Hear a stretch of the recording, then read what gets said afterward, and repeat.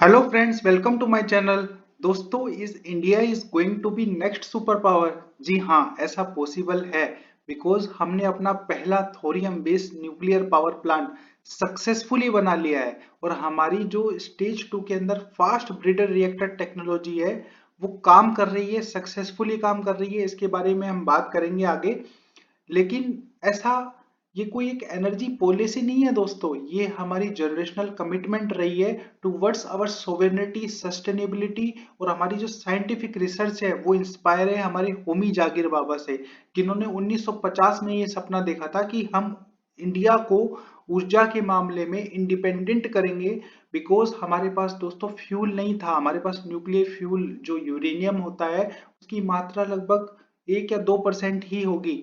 और होमी जहांगीर बाबा का ये जो सपना था ये आज पूरा होता दिख रहा है, जिसकी नींव होमी जहांगीर बाबा ने रखी थी 1950 के अंदर, वो आज पूरा हो जाएगा।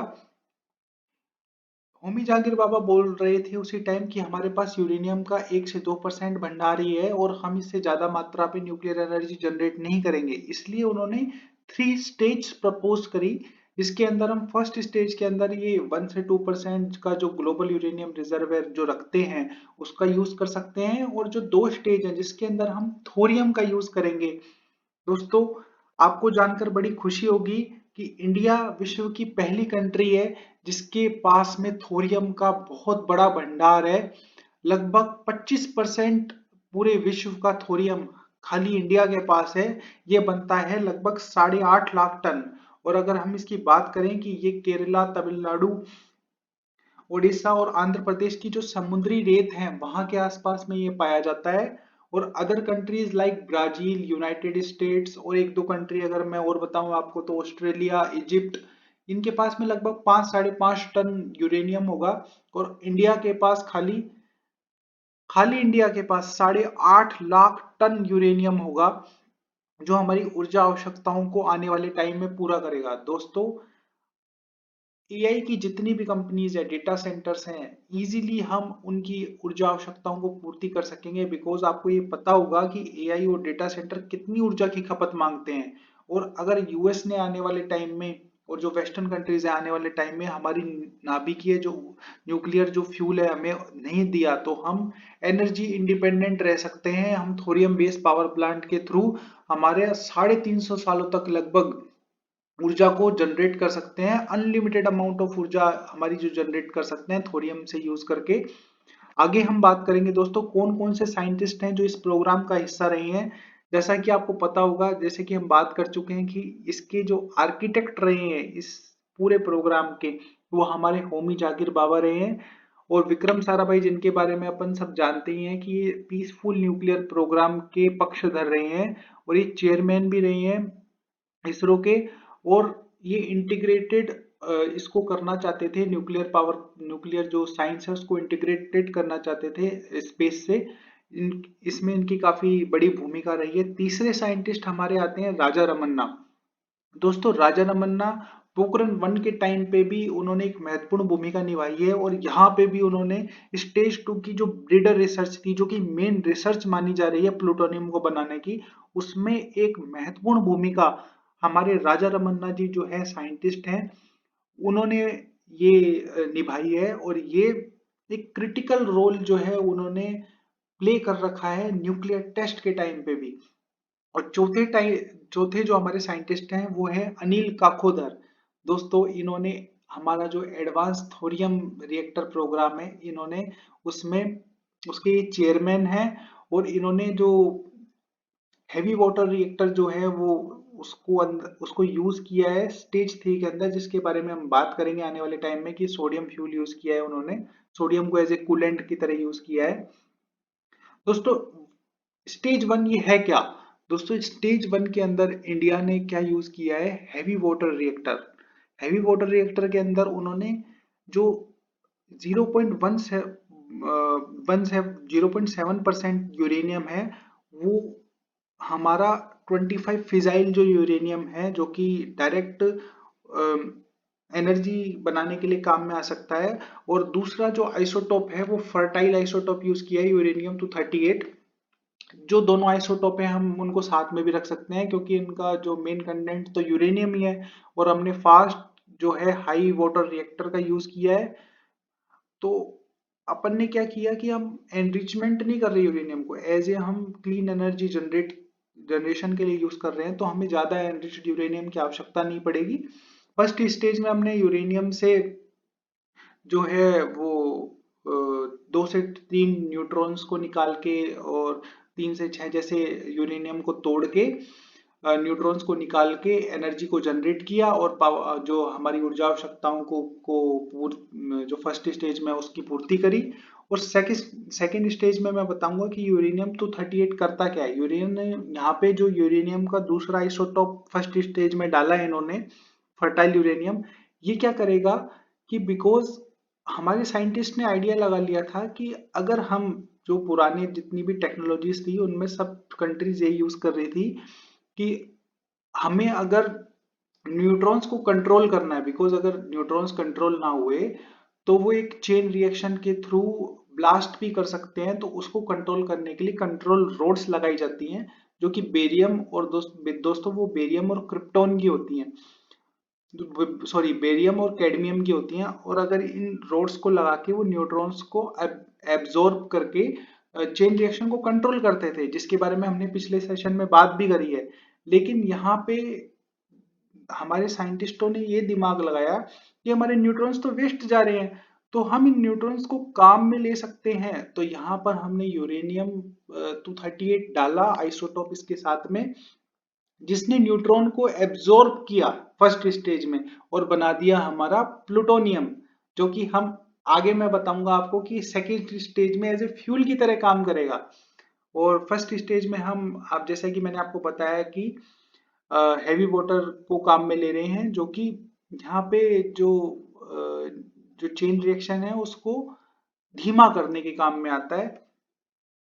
दोस्तों ये स्टेज के बारे में मैं पिछले सेशन में बात कर चुका हूँ कि जब न्यूट्रॉन स्ट्राइक करते हैं तो फिजन होता है। फिजन मतलब नाभिकीय विखंडन, और हीट जनरेट होगी। हीट से हम जो वाटर को वेपराइज करके स्टीम बना देंगे, स्टीम से हम टरबाइन को घुमाएंगे, और टरबाइन से जनरेट करके मैकेनिकल एनर्जी से इलेक्ट्रिकल एनर्जी जनरेट कर देंगे। तो हमने फर्स्ट स्टेज में इंडिया ने क्या अचीवमेंट हासिल किया, हमने 200 लगभग 220 मेगावाट की इलेक्ट्रिसिटी जनरेट कर ली। कितने? 0.7% हमारा जो यूरेनियम था उससे हमने 220 मेगावाट एनर्जी को जनरेट कर लिया फर्स्ट स्टेज में। और इस टेक्नोलॉजी जो स्टेज 1 जो टेक्नोलॉजी है, इस पे हमारे 22 न्यूक्लियर रिएक्टर बनाए गए हैं पूरे इंडिया के अंदर, जो कि PHWR heavy water reactors technology पे बेस्ड हैं। और ये जगह हैं जिनके तारापुर हो गया, रावतबाटा हो गया, तो ये 3-4 जगह हैं जिनके अंदर ये टेक्नोलॉजीज पे बेस्ड, फर्स्ट स्टेज की टेक्नोलॉजीज पे बेस्ड न्यूक्लियर पावर प्लांट बनाए गए हैं। आगे मैं बात करता हूं दोस्तों कि ये जो स्टेज 1 के पीछे का मकसद क्या था, कि जब हमने यूरेनियम 238 को यूज किया तो वहां से हमने एक एब्जॉर्ब न्यूट्रॉन, अगर एक न्यूट्रॉन जो है वो एब्जॉर्ब हुआ स्लो होके, और यहाँ पर बना यूरेनियम 239। यूरेनियम 239 बन गया। अब ये यूरेनियम 239 जो है वो नेप्टूनियम में कन्वर्ट हो जाता है, और ये अनस्टेबल स्टेट होती है, ये इंटरमीडिएट स्टेज होती है जब प्लूटोनियम के बनने की। तो हमारा क्या होगा कि बीटा डीके जो चैन होगी, जब बीटा जो कण निकलेंगे, वो जब वो प्लूटोनियम बनाते हैं उससे पहले ये इंटरमीडिएट स्टेज होती है उसमें नेप्टूनियम बनता है, और उसके बाद में हमारा प्लूटोनियम बनता है, जिसकी हाफ साइकिल लगभग 24,100 ईयर्स होती है। तो आगे हम बात करेंगे, जब हमने फर्स्ट स्टेज से हमने क्या बना लिया, प्लूटोनियम 239, तो इसको हम आगे काम में ले रहे हैं सेकेंड स्टेज के एज ए फ्यूल में। तो आगे आगे हम बात करते हैं दोस्तों कि यूरेनियम 238 और थोरियम 232, इसको हम ले लेते हैं ब्रीडर के अंदर। तो यहां पर क्या होगा कि सेकेंड स्टेज में हम यूज कर रहे हैं फास्ट ब्रीडर रिएक्टर के अंदर जो हमारा कल्पकम तमिलनाडु के अंदर स्थित है, यहाँ पर हम फास्ट न्यूट्रॉन्स जो है उसको फायर करते हैं, और यहाँ पर हम क्या होते हैं, लिक्विड सोडियम को एज ए कूलेंट की तरह यूज करते हैं। हम यहाँ पे कूलेंट के लिए हम रोड्स नहीं लगा रहे कैडमियम और बोरोन की, हम सोडियम को यूज करते हैं, जो कि 500 डिग्री सेल्सियस तक जो है वो हीट को सस्टेन कर सकता है, और हमको जो neutrons high amount of flexibility जो न्यूट्रॉन्स की चाहिए वो मिल जाती है। तो यहाँ पर क्या होगा, लगभग 500 मेगावाट की जो इलेक्ट्रिसिटी है वो हम प्लूटोनियम फ्यूल का यूज करके बना रहे हैं। मैं बताऊंगा आपको कि ये काम कैसे कर रहा है। हमने प्लूटोनियम से थोरियम, आपने सोचा होगा थोरियम अभी तक आ क्यों नहीं रहा, तो मैं आगे बताऊंगा कि थोरियम का आगे क्या काम है। तो दोस्तों आगे मैं बात करता हूँ आपसे कि ब्रीडर रिएक्शन काम कैसे करा। कि सबसे पहले हमारा जो प्लूटोनियम बना नेक्स्ट स्टेज में एज ए फ्यूल की तरह यूज होगा। तो हमने फ्यूल लिया प्लूटोनियम, ब्लैंकेट में हमने रखा यूरेनियम, या तो यूरेनियम 238 की रोड्स रख लो या थोरियम 232 की रख लो। तो हम हमारे पास थोरियम अधिक मात्रा में उपलब्ध है, तो हम थोरियम ले लेते हैं। तो थोरियम से क्या हुआ कि जब प्लूटोनियम पे हैवी न्यूट्रॉन की जो स्ट्राइक होगी सेकेंड स्टेज में, हमने सोडियम को एज ए कूलेंट लिया है, तो यहाँ पर क्या होगा, न्यूट्रॉन्स को कंट्रोल करने की क्षमता बेरियम और कैडमियम में होती है, वो थोड़ी कम हो गई, तो उनकी जो है स्पीड फास्ट हो जाएगी, वो प्लूटोनियम पे स्ट्राइक करेंगे, वहां से बनता है हमारा जो, जब प्लूटोनियम टूटेगा तो एक्स्ट्रा न्यूट्रॉन जनरेट होंगे। अब ये क्या होगा, एक्स्ट्रा न्यूट्रॉन जो जनरेट हुए हमने ब्लैंकेट में रख रखा है थोरियम, और या तो थोरियम रख लो या यूरेनियम तो 38 रख लो, हमने थोरियम रख लिया। तो ये यहाँ पे क्या होगा, ये ही यहाँ पे जुड़ के बन जाएगा यूरेनियम 233, और uranium 233 as a third stage में हम फ्यूल की तरह इस्तेमाल कर सकते हैं। तो दोस्तों अगर देखा जाए, हम फ्यूल ले रहे हैं, फ्यूल से एनर्जी जनरेट कर रहे हैं, और फ्यूल से एनर्जी जनरेट करने के बाद जो हमारा बाई प्रोडक्ट निकल के आ रहा है वो अगला फ्यूल निकल के आ रहा है। तो ये कितनी अच्छी बात है कि हमने फ्यूल से फ्यूल बना लिया, हमारा फ्यूल भी नहीं खत्म हो रहा और हमारी एनर्जी भी जनरेट हो रही है। फर्स्ट स्टेज से हमने लगभग 220 मेगावाट जनरेट कर ली थी, यहाँ से 500 मेगावाट के समथिंग जनरेट कर लिया सोडियम को एज ए कूलेंट लेके। ये जो हमारी जो प्रोटोटाइप है, ये कल्पकम में हमने सक्सेसफुली कंप्लीट कर लिया है दोस्तों। यहाँ पे मैं आपको आगे बात करूंगा जो है यहाँ पे यूरेनियम जो जैसे ही थोरियम न्यूट्रॉन को एब्जॉर्ब करेगा, वो बन जाता है Pa233।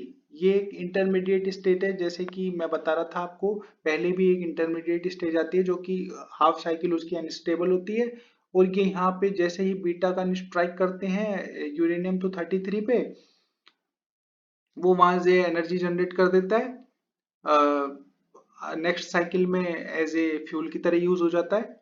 आगे मैं बात करूंगा दोस्तों, इंडिया जो पाथ है सुपर पावर बनने का, वो थोरियम बेस्ड पावर प्लांट बनने के बाद ही पूरा होगा। स्टेज 1 के अंदर हमारे जो 22 पावर प्लांट है वो काम कर रहे हैं, स्टेज 2 के अंदर हमारा ब्रीडर रिएक्टर ऑलरेडी बन चुका है। अब स्टेज 3 की बारी आती है, जिसके अंदर हम हमारे थोरियम रिजर्व्स का इस्तेमाल करके, जो यहाँ पे जो सेकंड स्टेज के अंदर जो थोरियम निकला, जैसे कि मैंने आपको पिछली साइकिल में बताया कि जो थोरियम ने जब न्यूट्रॉन को एब्जॉर्ब किया तो वो बना देता है एक अनस्टेबल स्टेज को, Pa233 को, जो कि बाद में जाके बन जाती है स्टेज U33। और U33 पे जब हम बीटा जो है वो इंडिया में उपलब्ध है, first second and third stage, उसका यूज करके हम अपनी ऊर्जा आवश्यकताओं की पूर्ति करेंगे दोस्तों। तो आई होप आपको ये वीडियो पसंद आया होगा। इसी तरह से अगर इंफॉर्मेटेड जानकारी आप प्राप्त करना चाहते हैं तो मेरे चैनल के साथ में जुड़े रहना, और लाइक शेयर और सब्सक्राइब जरूर करना।